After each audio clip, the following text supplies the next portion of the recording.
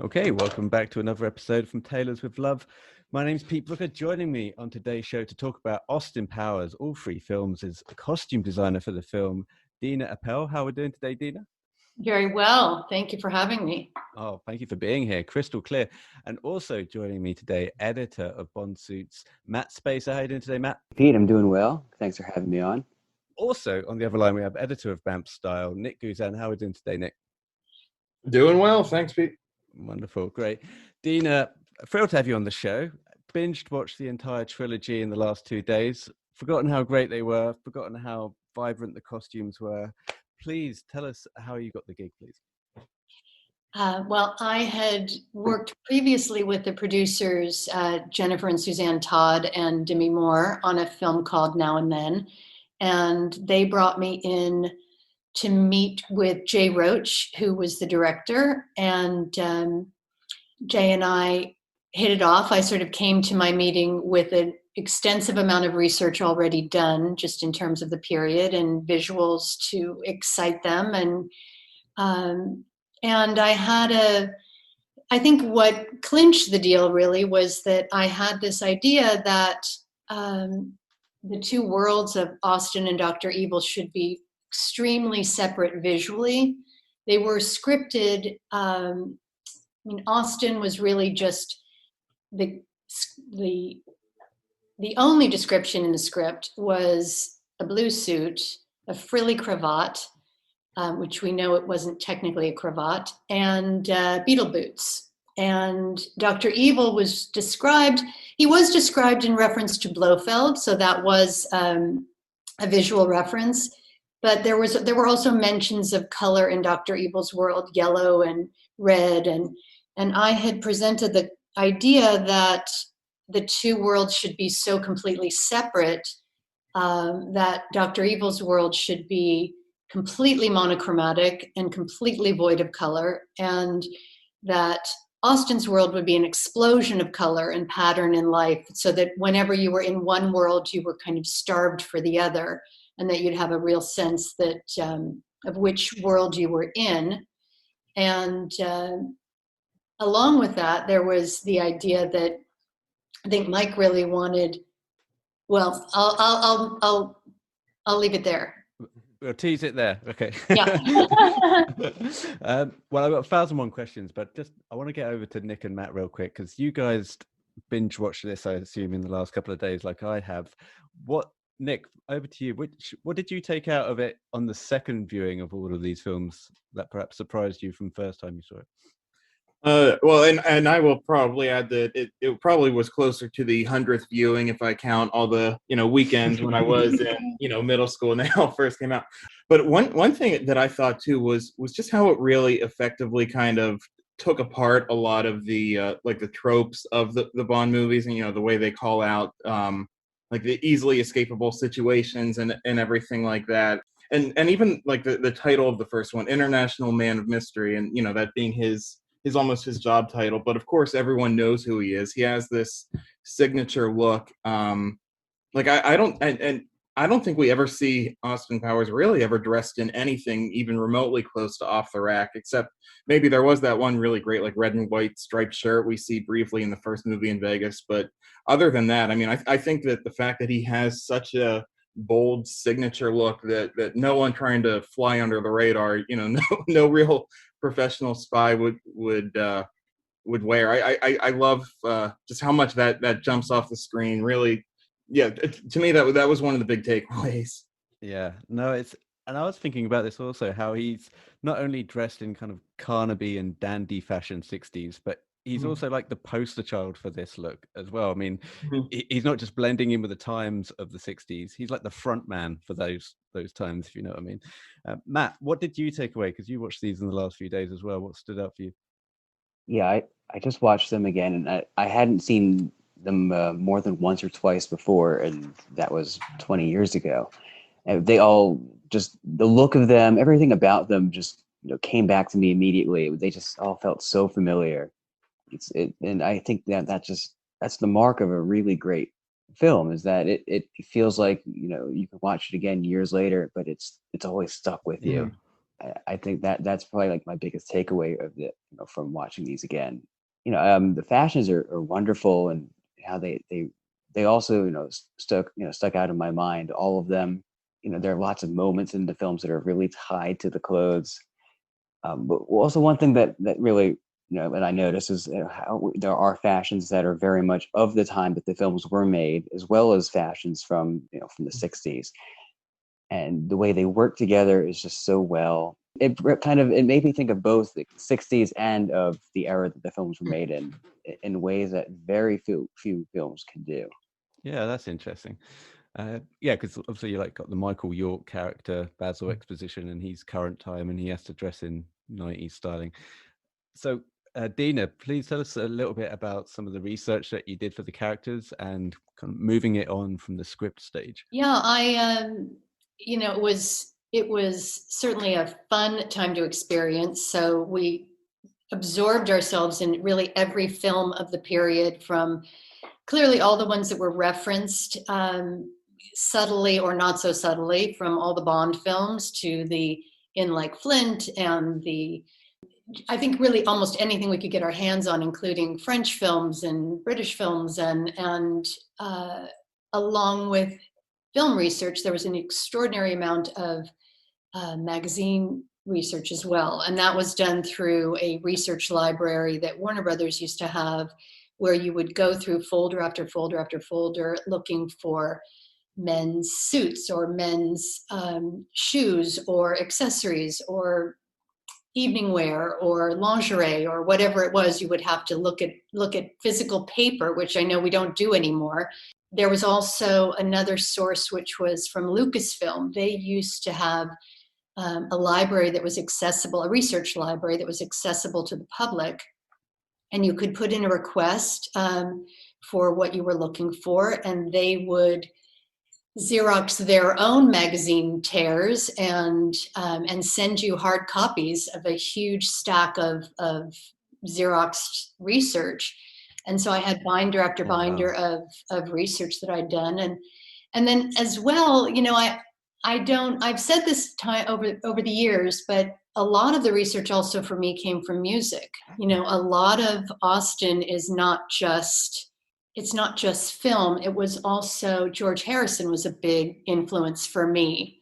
I was looking at, through the course of the various films over the years, I was looking at the Beatles and kind of their transformation, and just what a dandy George Harrison was specifically. And so there are very specific references to his style as well. That's fascinating because, especially in The Spy Who Shagged Me, you've got all of those ethnic influences with the jackets that he wears. I wanted to ask, so what is the thing the frilly thing that Austen wears? What do you call that? Well, it's a jabot. It's attached to the shirt, but it's called a jabot. It's not a cravat. Is more of a scarf that you would wear. Sort of, you imagine a smoking jacket and a shirt, and a cravat would be something that would be almost like a fold over scarf that's tucked into the shirt. It's technically a jabot. I think that George Lazenby wore something similar at some point. I think that with the Highland dress. Yes, exactly, and I think that's possibly where Mike is Scottish, and so I think that's where what was in his mind. But there's also, I think George Harrison also had a bit of that going on at some point in his life. But in terms of the overall silhouette, I had mentioned that Mike had wanted whatever it was to be iconic, whatever that visual was to be iconic. And blue was never a color that I ever liked, and to this day don't love. So I really looked hard for sort of the perfect shade of velvet, which was this peacock blue that was, in reality, it was much more kind of teal than blue. I just knew I didn't want it to be a royal blue suit. And if you notice over all of the films, with Austen in particular, I, for the most part, stuck to a very specific silhouette and would change the color or the fabrication or the pattern. There were occasions where I would do a different shape, like in Las Vegas. There was a double-breasted, and I, of course, can't think of the name of the collar. There's a very specific collar that suit had. I was going to ask you about that because I was trying to find. They're not frog mouth collars, are they? They're kind of like notched lapel, but they're downward facing. Maybe you go. Yeah, it's like a stand and fold collar. There is a particular name for it that escapes me right now. But also, as you mentioned, the brocade jacket in on Carnaby Street later. There were definitely different silhouettes, but throughout all three, there's a very particular silhouette with a curved hem, and that curved hem was also a George Harrison idea that I had seen. I think there was some great photo of the Beatles exiting an airplane, and that shape, that curved hemline, was really intriguing to me because there was something kind of feminine about it. So you'll see that silhouette repeated quite a bit. And then I also had the idea that there would be this suit silhouette, and then there would be the sort of man about town casual side when he'd wear his striped shirts and jaunty scarf and cufflinks and a patterned trouser, a striped pant. So there were some variations, but as I mentioned, if it were Mike's choice, I think he would have loved to have just worn that one blue suit for all three films in every scene. I think that would have made him happy in the day. Yeah, and it is interesting. I think I'd observed too that I in the 20 some years since all these movies come out, I haven't attended a Halloween party without seeing at least one or two Austin Powers costumes that were that Absolutely. suit. So. Absolutely. Yeah. It's amazing to me how it lives on. There's an impersonator who does a remarkable job, who's really went to the shop that made the shirts for me and had the shirts made. And you mentioned about the clothes being made. Really everything that anyone that opened their mouth wore was built. There was nothing that was on the main cast that was not made specifically for them. We also made a lot of clothes for the background as well, for the uniforms for Dr. Evil's army, or a lot of the club scenes. I'd certainly do a lot of collecting from collectors all over the country, but there was also, we made quite a bit to kind of spruce up the vibe and to kind of, I had a very strict rule about the clarity of the pattern, that a lot of it was very bold and very graphic, and not a lot of it was fussy. It was more like all of the patterns were very strong and very clear. Everything really had to be made. So Mike's suits, all of those suits, which were made at Universal by this master tailor, Tommy Belasco, were extraordinary. I mean, they were expensive suits. They were beautifully tailored. There was no scrimping on any of that. So they were really finely tailored garments. So I think that's also added to the quality of it. Yeah. You sent us a wonderful photo of the master tailor doing fittings also for Verne Troyer. Can you talk a little bit more about the tailor and some of the meetings and some of the fittings that you had with him? What are your lasting memories of working with Velasco? Tommy was truly a remarkable craftsman. I mean, he was a very unassuming man who, the picture that I sent you, he always wore this little tan jacket over his, it was, he would have a scissor that was bigger than his whole body. He was really kind of a small man, and he'd have this giant pair of scissors, and he was, of advanced age when we were working, and he was just a brilliant, brilliant man. And I think he loved the comedy of it. He really was surprisingly game for all that we gave him. And frankly, we didn't really talk about the fabrics yet, but so much of the research also came into acquiring so much fabric, which involved fabric I did a shopping trip to New York for fabric. I would have fabric swatches sent to me from San Francisco. And so I had just tons and tons of swatches, and a lot of Austin's suits were made from upholstery fabric. because I never had the money on these films. I never had the budget to create my own fabrics. That was just not an option. I didn't have the time or the money. So the place where I found the most vibrant and the most period appropriate fabrics was in the upholstery department, surprisingly. Wow. So a lot of those fabrics were really heavy and weighty. And, there's an orange herringbone suit that is, it's like a couch. And how Tommy was able to tailor these and craft these suits so beautifully was remarkable. Oh.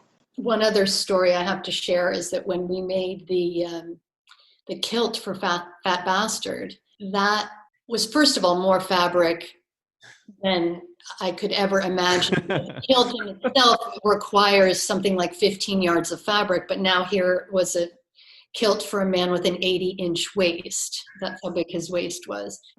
Wow. And I remember saying to Tommy, I said, "Have you ever made a kilt before?" And he said, "Yes, actually, I made the kilts for Brigadoon."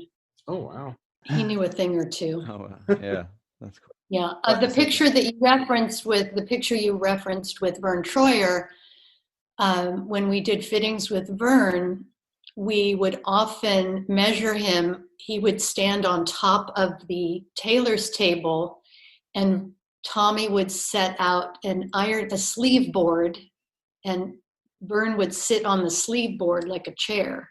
The picture you have is when we did another fitting on the table, and so most of our fittings with Vern were on where he was standing on a table, so we could talk to him eye to eye. So Tommy was tailoring from Vern, who was, gosh, I can't remember offhand. I want to say 34 inches tall, maybe 38 inches tall. I'm trying to remember, and then Fat Bastard, who was 80 inches around. Some range. Yeah. And is it hard to do velvet suits like in that kind of size? Because I can't imagine that it's that malleable to try and get that many cuts in a velvet. Oh, the tiny suit, Yeah. the Vern suit? Yeah. Well, this is just Tommy's genius. I think harder, actually, the hardest construction, I think, was the Dr. Evil suit, because along with changing the palette and having this separate palette, it was really important to Mike that the physicality be different for all of the characters that he played. And certainly by the last one, he was playing so many characters. But we had decided, can't even remember how it started, but we had decided that Dr. Evil would have a barrel chest.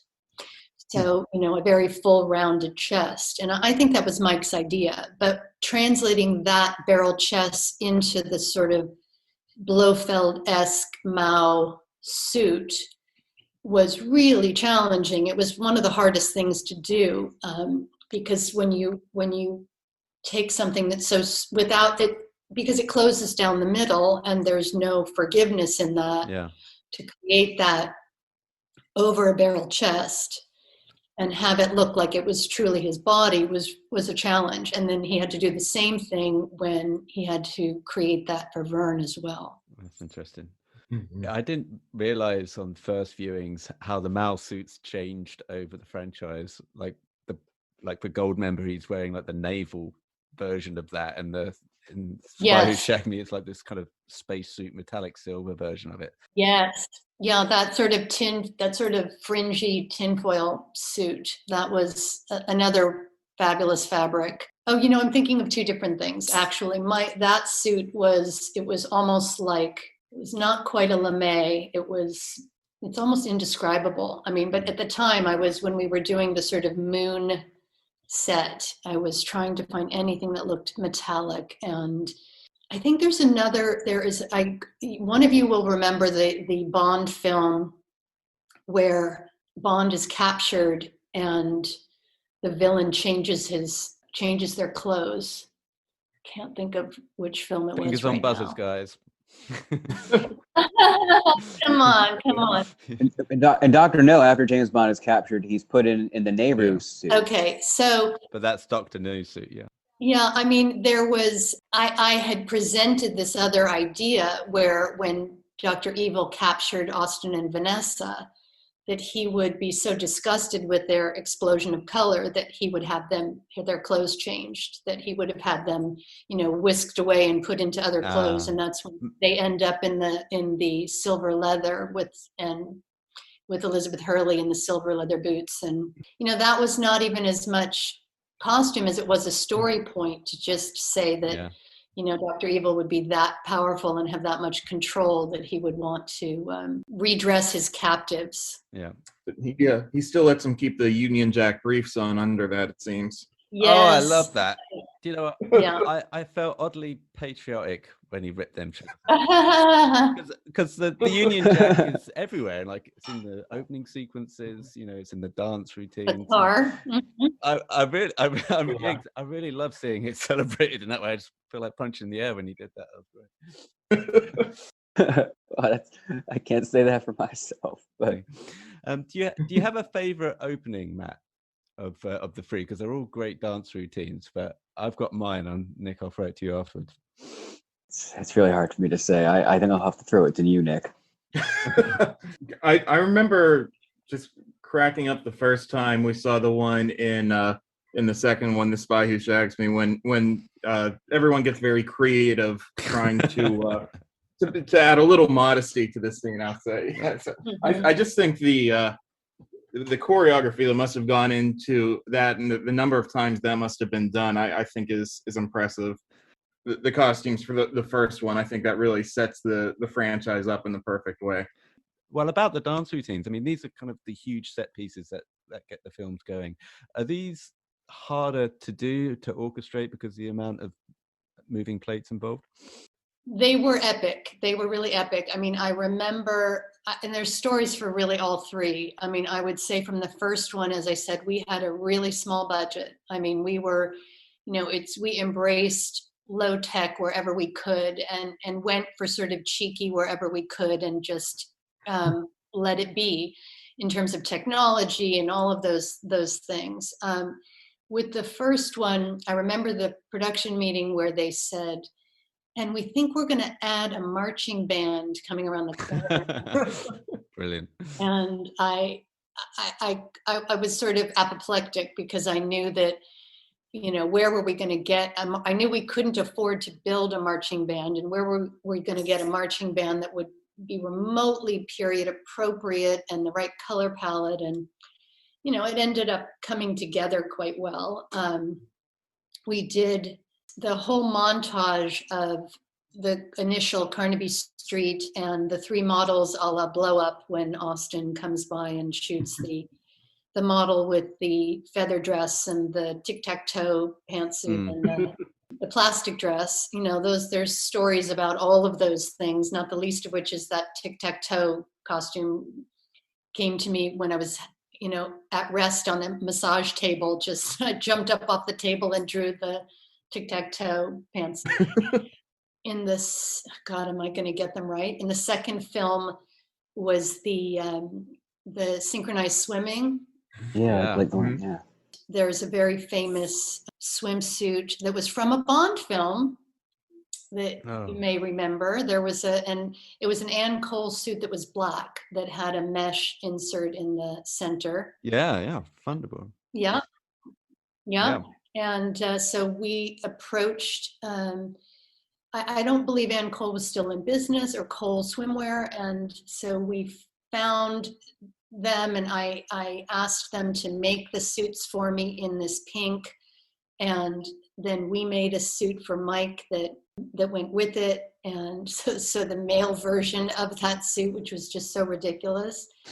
And I had been shopping. I was on a fabric shop trip in New York shopping for fabric and walked by some random store that had those pink swim caps in the window. And I didn't know what I was going to do with them, but got those. And, so yeah, the choreography of that was insane. The choreography of the timing of all of the hiding your bits, that was also very challenging. But then for the third film, I want to say the sort of spectacle of all of the celebrity impersonator, the film within the film, was ridiculous. I mean, shopping, building, because we had to build all of those clothes for Tom Cruise and Gwyneth Paltrow and Danny DeVito, and I mean, just endless. But even more than all of those things was what was originally going to be in the film that was cut and used as a teaser trailer. And I don't know if you've all seen it, but it was the mini-me version of the opening from the first film. Have you all seen that? No. Oh. No, tell me about boy. that. In the middle of filming, they wanted to do mini-me coming down recreating Carnaby Street with mini-me and all small people, the whole Carnaby Street. So that meant from dancing with the Bobby on the corner, to coming around and doing the flip into the car, to the phone booth, to the marching band, all of it. We shot it, and it was a part of the film when Mini-Me crosses over to Austin's side. Wow. Yeah, they ended up using it as a teaser trailer, and for that reason took it out of the film. And I just can't tell you what was involved in creating that. Mm-hmm. Including Vern in the little blue and blue stripe suit. And I want to ask something about the women's costumes. We have a Heather Graham and Beyonce.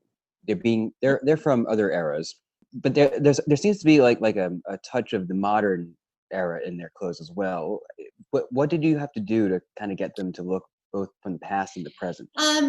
I would beg to differ, Matt. I don't think Really? I think they were pretty truly period. I think that the difference is that with everything that I did on the films on the men and the women, I was trying to kind of use the best of the best. So, there was certainly nothing quiet about the style. There was nothing, no, not the subtle side, but it was more the sort of, Paco Rabanne and Courrèges and the really more extreme fashion of the 60s. And certainly with Beyonce, it was more of a 70s vibe. With Elizabeth Hurley, she had a contemporary role until she was captured and was put in 60s clothes. But for the most part, the intention was to be truly period, but in the boldest of ways. And the funny thing about that period was that so many things there were fashions that were so impractical. I mean, like the plastic dress that I made for the opening of the first film. I mean, Paco Rabanne was doing things that you couldn't sit down in, and that was real. So I took what was real conceptually and just used it as if it was everyday wear. It could be done. Mm-hmm.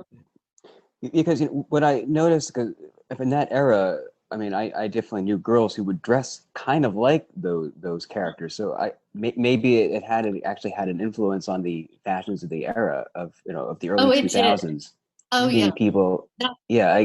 So that must be what I'm thinking of then, because I'm seeing how these characters actually influenced the fashion of I see. my era. I think that's very true, Matt, because at the time, I had done a number of interviews at the time, and there were a lot of spreads where, right now you would see that from Bridgerton. You'd see fashion sort of taking inspiration from Bridgerton, and I think at the time, fashion was taking inspiration from Austin Powers, and so there was a bit of a resurgence of that kind of explosion of color and pattern and crochet. I mean, there was the crochet dress I'd made for Heather Graham, and so yes, I think that came after, not of the time. I think it was a reflection of, yeah. Okay.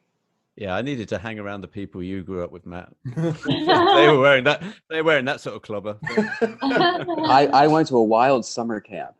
You wouldn't believe what people wore there, and it was like an Austin Powers film at times. Not so much the men, but definitely the girls there. Did they also have names like a lot of vagina? I think actually, is it Dixie Normus was good? That's so wildly inappropriate. Yeah.